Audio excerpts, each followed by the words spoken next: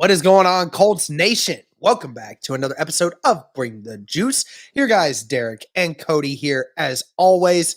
And guys, we wanted to basically start working on this segment again. We talked about it a lot last offseason, but this time we wanted to go more in depth on every position group of the Indianapolis Colts. And today we're going to start with the quarterbacks. And I think it's easy enough to say we've been talking about Matt Ryan over the span of this entire offseason ever since the Colts traded for him back in early March for a third-round pick from Atlanta. Quite an upgrade here, wouldn't you say, Cody, from Matt Ryan from Carson Wentz to the left-handed thrower to Matt Ryan, the basically the field general, if you want to call him that. Well, you ask Washington fans, and they wouldn't say so. But it's so interesting to see literally Washington fans going through the same exact process as we went through last year, thinking, "Oh, it was just the team. It was just this. It was just that." It's funny. The pain and suffering will come later. I'm like, all right, y'all can say that for now. You'll see. You'll see. He's not the answer. I mean, you'll see. Now, fortunately for Washington, they didn't give away a first-round pick. I really wish they would have. I would have taken that in a heartbeat. But all that to say, yeah, I mean, I think it's fairly obvious. You look at the stats; they're very misleading for Carson Wentz last year. And as somebody who sat on this podcast and defended Carson Wentz, I'll say I was wrong. He was not the guy for the Colts. And you look at the stats, you're like, oh, okay, it's not that bad. What, 62, nearly 63 completion percentage, 3,500 yards, 27 touchdowns, 7 interceptions. It's funny, Derek. Everybody likes to point to that 27-7 and be like, wow, Carson Wentz wasn't bad. He wasn't bad at all.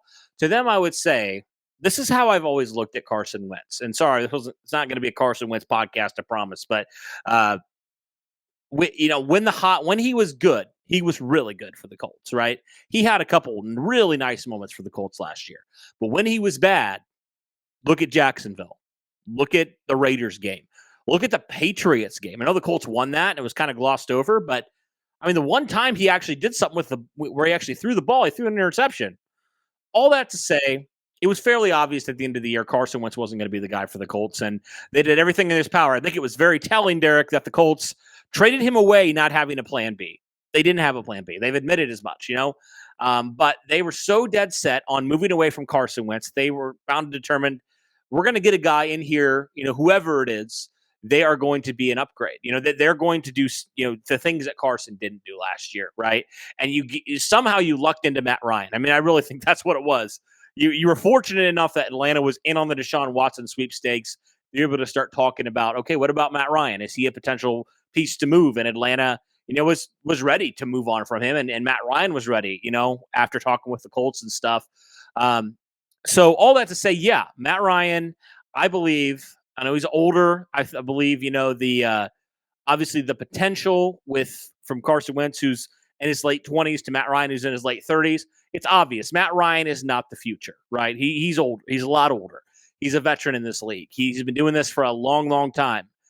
There are some things that you're going to lose in terms of athleticism from Carson Wentz. We can just say that, right? Mm-hmm. But the things that you're gaining, I think, are far more valuable. Things like being able to read a defense, things like being able to hold guys accountable. I mean, Matt Ryan's already doing that.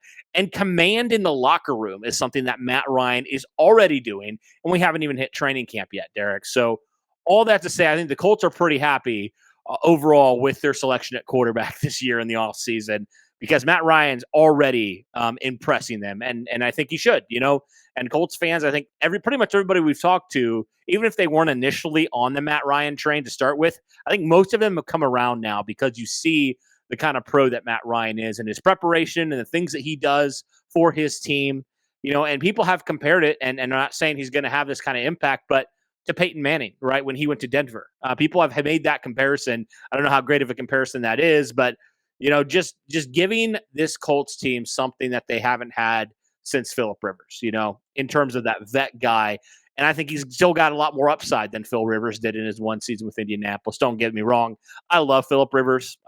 His one season with Indianapolis, I'll always look back on it fondly. But all that to say, Matt Ryan, from what he brings from a, player standpoint, what he brings from a off the field standpoint, what he brings in the locker room, I think it's everything you're looking for in terms of your quarterback. Yeah, and I mean, you even have guys that are, talking about him kind of being like Andrew Luck in a way, kind of just like when he's randomly quizzing guys on plays and randomly talking with guys about random facts that they never knew existed, right? I mean, that's very much what Andrew Luck used to do, right? And Molly Cox, who obviously has been around the Colts long enough, he knows how that is. And I mean, if he's saying it, then it's true. So, having that strong connection with these guys already and reminiscing of that is such a good thing for these guys because then they get some sort of respect from you in that way. So Matt Ryan, again, like you stated, the stats are very misleading in how uh his last season especially kind of like just didn't really go well for him. Uh Even though last year he actually was rated as the third best deep ball in the NFL last season.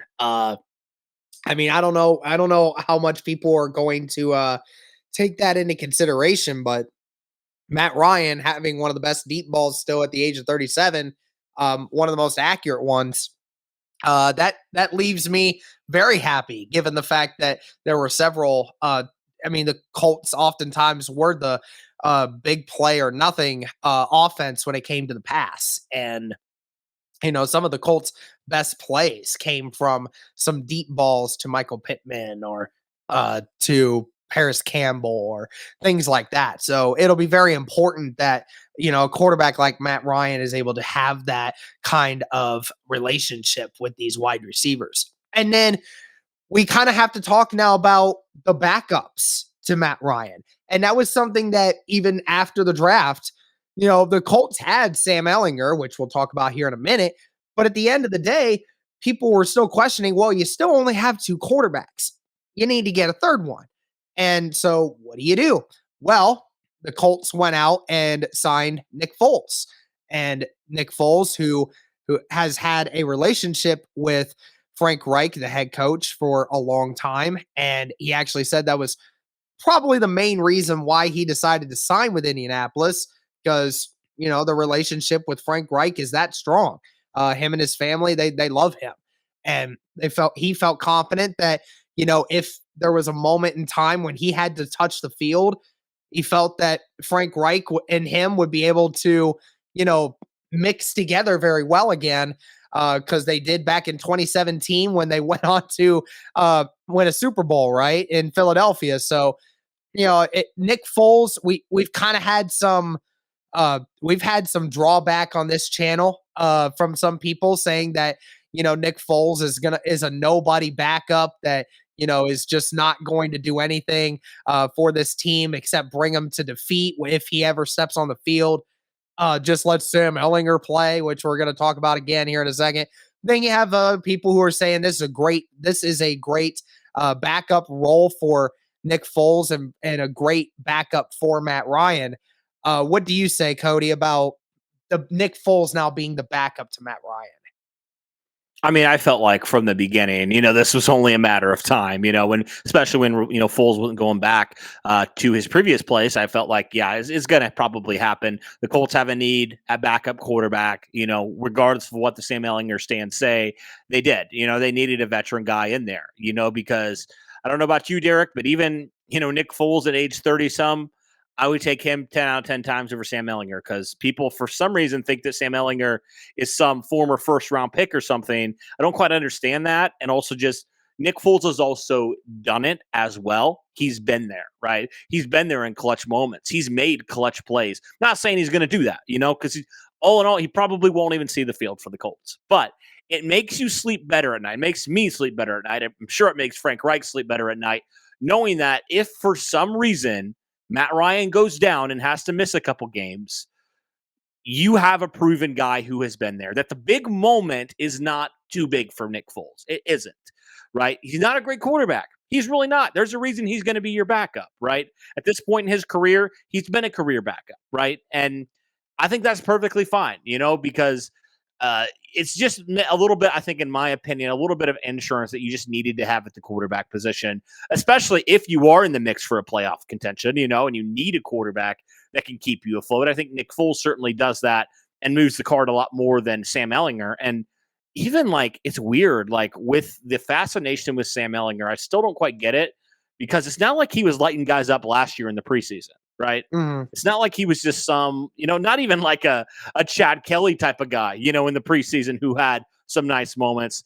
I just really didn't understand it. I've never really understood the fascination. That's just been kind of me. I just think, great person. He was obviously a legend at Texas and all those things, but end of the day, this is the NFL, and I just think he lacks some things to be a serious player that could move the needle for you moving forward. So that's just my opinion on it. I'm sure we'll get some pushback. We always do with the Sam Ellinger stuff, but at the end of the day, I think Nick Foles is a massive upgrade at backup quarterback at this point. Well, and yeah, for anyone that's wondering about Nick Foles ever seeing the field, Matt Ryan has missed 3 games in his entire career. I mean, this guy is an Iron Man. He does not miss games. He doesn't. He just doesn't miss games. So you don't really have to worry too much about, unless something freakish happens to Matt Ryan. I mean, Matt Ryan is, going to be okay throughout the entire season. This is a guy that has taken a lot of punishment, but yet still continues to play. It reminds me a lot of Eli Manning, for all those years, just getting hit, but yet still finds a way to keep playing. And so with Sam Ellinger now, and you kind of talked about it a little bit, the fascination for the former 6th round quarterback out of Texas. Again, Sam Ellinger had that one really fantastic season where Texas ended up going, I think it was some like the Fiesta Bowl or something, and beat Georgia. And then, they're saying, okay, Texas is back. And then sure enough, just Texas never came back. They won 8 games at most every year. And, that was with Sam Ellinger even, taking the helm for a while. And, you're right. At the end of the day, there would be something in this where we would say Sam Ellinger deserves to be the backup. You can't simply state that Sam Ellinger should just be the backup simply because he's been in the Colts system now for 2 years. You can't sit here and say that that is the ultimate reason why he needs to be the guy, because just because you've been there for a long time does not mean you put anything into the preparation of this team and you set yourself apart. The big issue with Sam Ellinger, he doesn't have much arm strength, bro. He doesn't have much arm strength. And, we were talking about the differences between Jacob Eason and Sam Ellinger last season, right? Jacob Eason, standing still, can throw a 65-yard pass. 65 yards standing still. Sam Ellinger can throw a 60-yard pass by getting a running start. I mean, just to see the power difference and what that takes is, you can't rely on somebody that needs a running start to throw a 50-yard pass. You can't rely on somebody like that to manage your offense, especially when they're shorter like he is and just doesn't have the experience. And like you said, in the preseason, he was, doing okay, but there was nothing that was setting him apart, saying that he was head over heels better than Eason at that time. It's just one of those situations. Sam Ellinger, he does a great job of helping prepare scout defenses for future reps, because he has that mobility to him, which allows him to be a kind of a different threat that teams will show against the Colts. And that's what Sam Ellinger can help provide for you. But at the end of the day, I mean, just the fact that anyone would say that Sam Ellinger is on the same level as Nick Foles is just straight up idiotic at this point.